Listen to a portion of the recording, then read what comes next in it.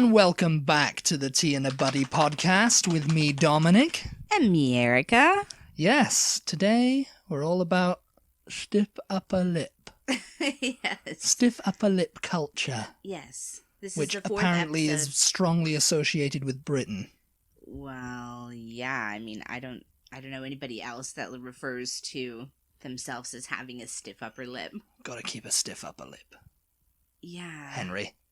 But anyway, we'll get into that in a war. second. It's the fourth episode of this series, fourth and last episode. Yes, yeah. Yeah. The fourth and last episode, and you'll never see us again, ever.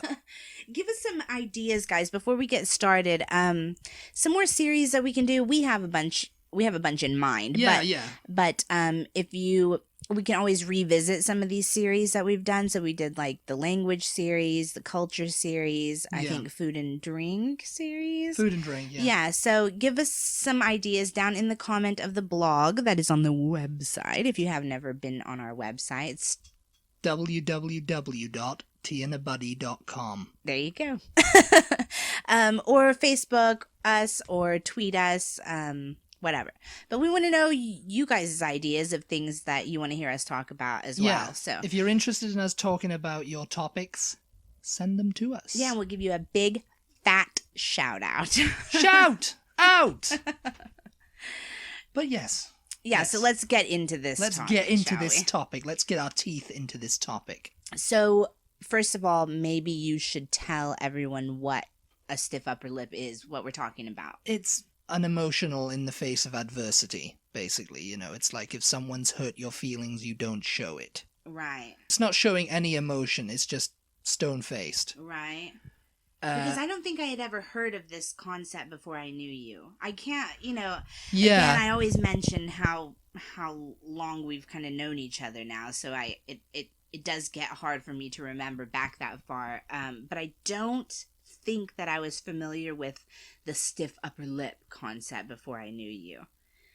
I mean, notable examples, they include, like, I don't know if you've ever heard of, like, Scott's Antarctic trip, an expedition to reach the South Pole. This is the origins of the stiff upper No, lip? this is Oh, not okay. origins. This is just an an example of okay. what it is. And he had one of the team members on there got gangrene. His name was Captain Lawrence Oates. Okay, yeah. And he got gangrene, and, they were on their trip back, and he had, like, frostbite and everything, and they were in the tent. And to give, his teammates... To just not get their spirits down or something? Yeah, and they had food and everything that he was taking up because he was thinking, he just was kind of like, I'm gonna leave the tent and walk into the blizzard and die, basically, so you can survive. And they all died anyway, because it's like, well, this was is 1912. A lovely story, Dominic. Thanks a lot. They all died anyway on the return journey because, I mean, and it was all in vain. This is how all British stories, guys, if you've ever seen British, like, dramas or, well, there you go, Shakespeare, for example. Yeah, it's very Shakespearean. It's just like the I'm British... going outside, that's what he said. The British love, like, just everybody dying in the end. You just love a good story where everyone is dead at the end. Well, that's the end, isn't it? That's how you know it's the end. Everyone's dead. No one survives this. Anyway, let's get back to your story. No, the story, here. basically, they went to the Antarctic on the expedition. This was in 1911, something like that. I'm not really too sure. And it was early 20th century anyway. And they got there and they discovered that a Norwegian guy had beaten them to it.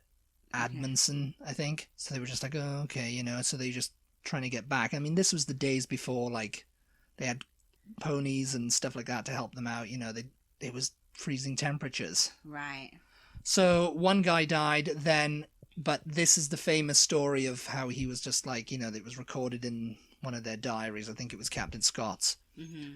He basically took the decision to go and walk out into the blizzard and die, so they didn't have to feed him anymore or take care of him. Because he was going to die anyway. He was going to die anyway. And, I mean, they all died. They were all found dead anyway because they couldn't make it. But another better example would be... But so what? So where does the stiff upper lip Because come he into just play? kind of like, took it, he was just like very calm about it and was just like, okay, I'll just go and die, Okay. I'm going out. This is one of his last quotes. I'm going outside. I may be some time, and Yeah. it was like he was going into, and I think in Help, Paul makes reference to it. He goes, it's like that bloke with Scott, innit? I always admired the way he went out into the snow for his mates. Beatles reference. It's a Beatles reference. Yeah. Paul McCartney, everybody. Yeah, I think it was just a random you and like. I watched some film or documentary. Oh, or there's something been about that. there's didn't been we? several. Okay, yeah. Like, so maybe I have heard that story. It's before. a long-winded story that was, but yeah. Here you go. The Titanic going down and the orchestra playing. That's another. Well, I don't know if that actually happened in real life. Actually happened in real life, or it. I mean, maybe it did. There you go, Captain Smith going down with a ship. Yeah. That's kind of like that's a stiff upper lip. Okay, so instead of panicking, the Francis Drake thing was. He came to him and he goes, "Oh, the Spanish Armada, it's on its way. It's on its way. What are we gonna do?" And he was just like, "I'm just gonna finish my game of bowls, Then we'll go and defeat them, It was just very like, very calm, very like. And then we'll all die. Well, I don't know if he died in that. I don't think he died in that. So. Of course he did. They all did. But the origins of the phrase actually where did this even come from? The phrase itself, keeping a stiff upper lip, mm-hmm. is American. They is say, it? yeah. Okay. It was like earliest recording. Okay. Was in America. But the origins of the whole culture and everything like that, it can be traced back to ancient Greece with the Spartans and stuff like that. Yeah, but when did Britain adopt it? This is what I want to know. It was because Stoicism, the Stoics, the Stoics, mm-hmm. which were like adopted by the Romans, particularly Aurelius. And he wrote, "If you are distressed by any external thing, it is not this thing which disturbs you, but your own judgment about it. And it is in your power to wipe out that judgment now." I think of it like over here, and it's a very chauvinist kind of thing, but over here, it's like dads telling their sons, "Don't cry, be a man. Be a man, don't cry." Yeah, that's it's what a similar, I equate it with, because... It's a similar sort of thing. Yeah, but girls are not taught that over here, really. In Britain, they are. They're taught to keep a stiff upper lip. You don't ever cry. You don't... Yeah. I was reading in this article that was sort of like talking about the differences between the British and Americans. Yeah. And it was saying that British people don't show their enthusiasm for things either. That goes along with the stiff upper lip, and they said that coming over here to America, they didn't realize how that can offend Americans.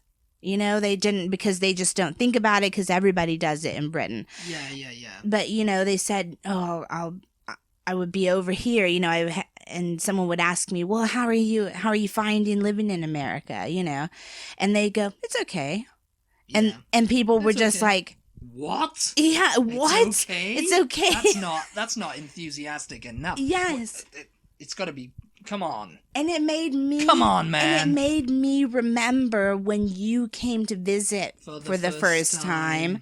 It was your first time in America. Yes. And I was taking you around, like, to the Alamo and, like, all these places. Like, we went up on this tall hill that we have here in Austin, where you can see a really pretty view. It's like... And you even shot that man just to watch him die, didn't you?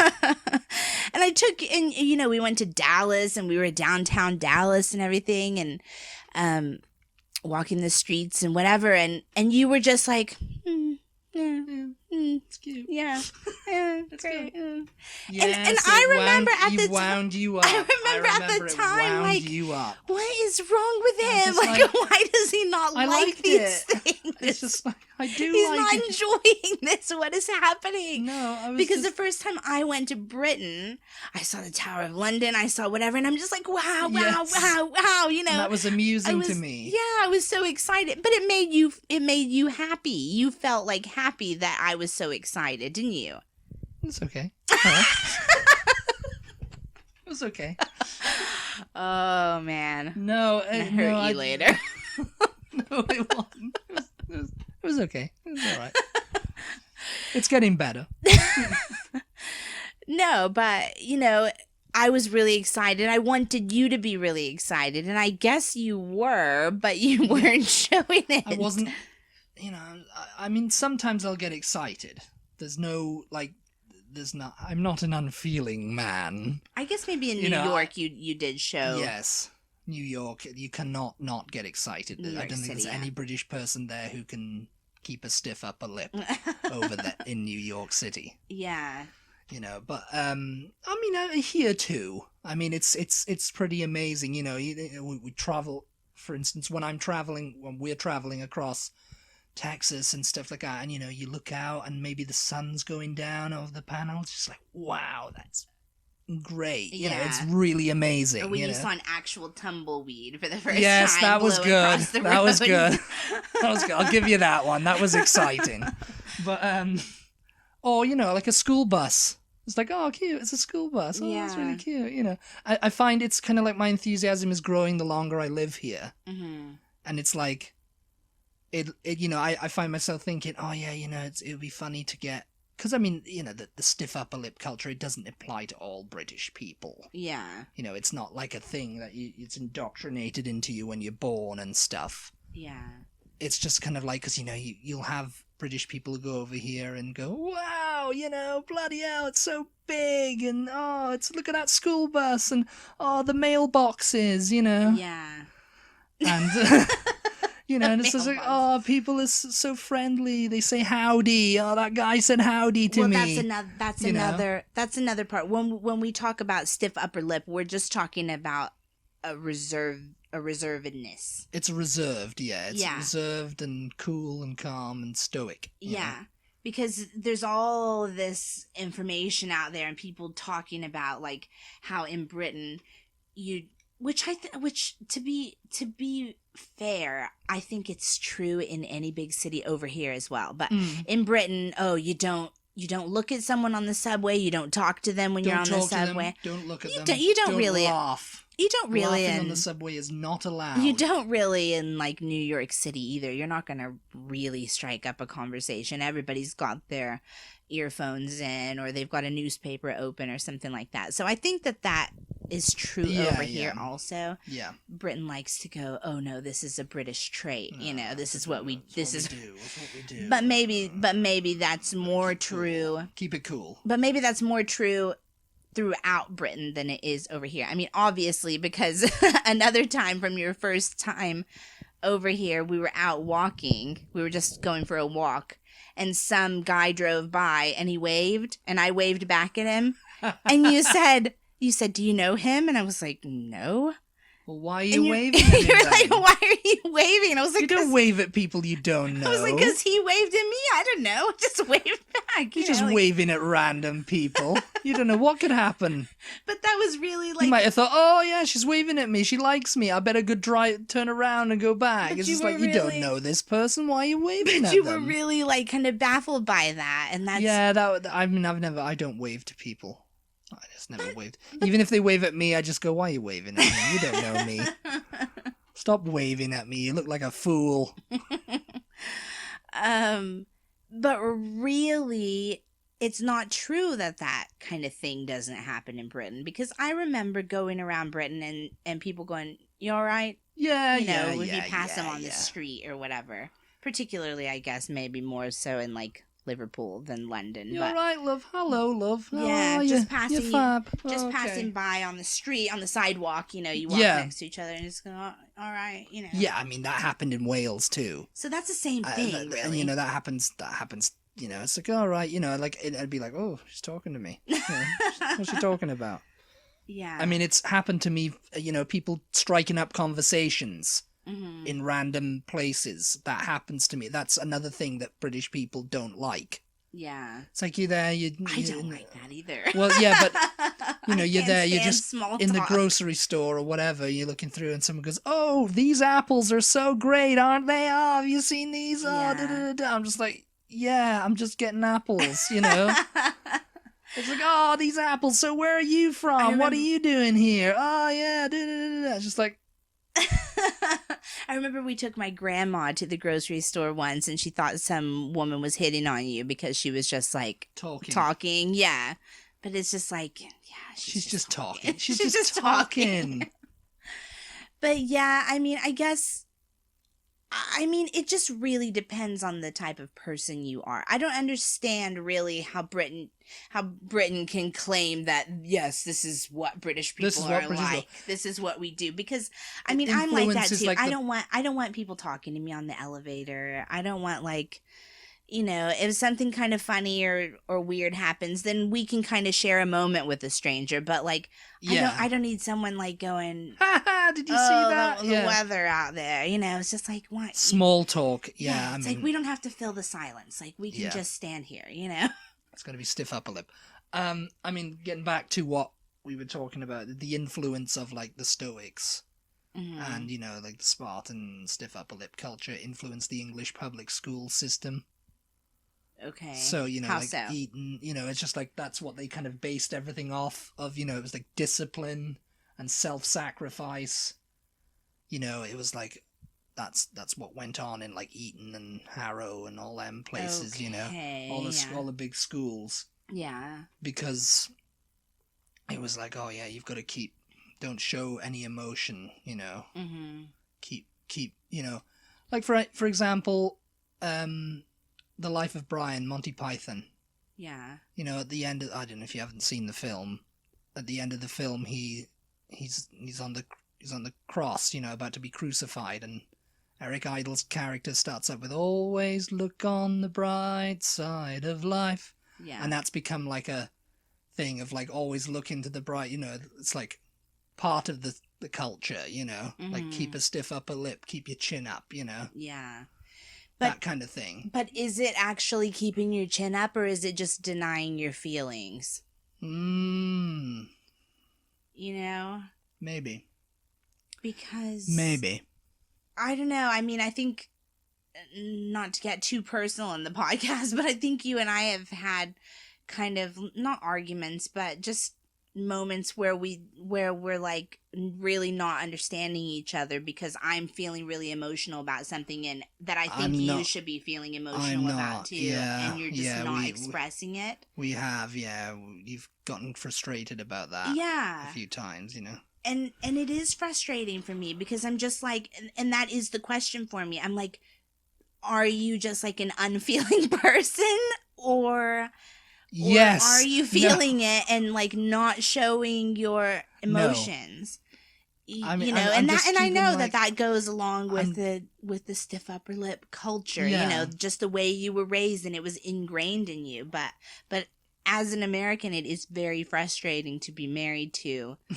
To be married to someone like that at times, you know? I'm not, you know, it's just kind of like, it's a case of like, you know, like, well, not to get too personal again, but if you like burst out crying at something, I'm not going to do that, you know? Unless it's the Disney movie Up. Unless it's Up. Or unless it's about time. I mean, I can like, you know, I can like, oh God, you know. But even then, I don't burst out crying. I'm just like trying to hold it together, trying to keep a stiff upper lip, boys. Yes, but why? I just don't. It's just like, you know, it's just like it doesn't need to be, you know. I don't need to cry and be a mess. Yeah, but to me, you know? I feel like then the emotion comes out, and I'm not talking about you specifically. I'm just saying people who do that. In my opinion, it's gonna come out in some other way. Well, yeah, and it does. If you're holding it, all those people I've murdered, isn't it?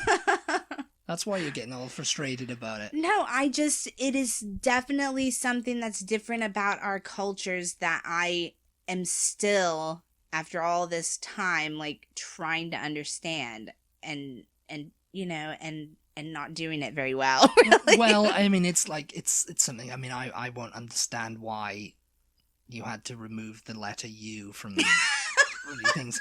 It's just things that happen, you know, and it's just like you got to accept them. You know, like I read a tweet from someone saying, Americans who say detail instead of detail. What are you doing? It's just like they're doing it.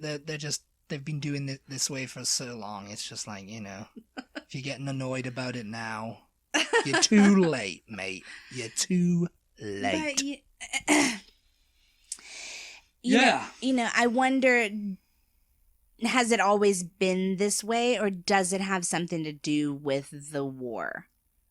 The war, it was very much keep a stiff upper lip, because there I was can so understand much. That. I mean, nowadays, no. It's like that was 70 odd years ago now. Yeah, but that's where it comes from.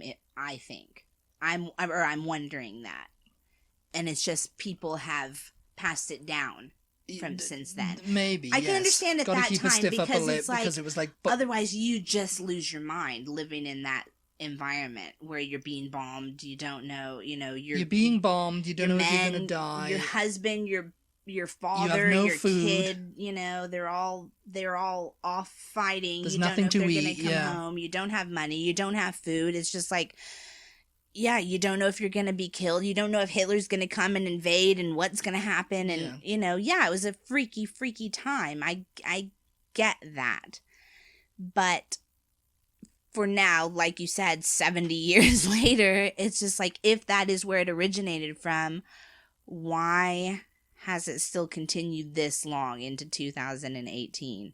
Ooh. 19. 19. I don't even know what year it is. See?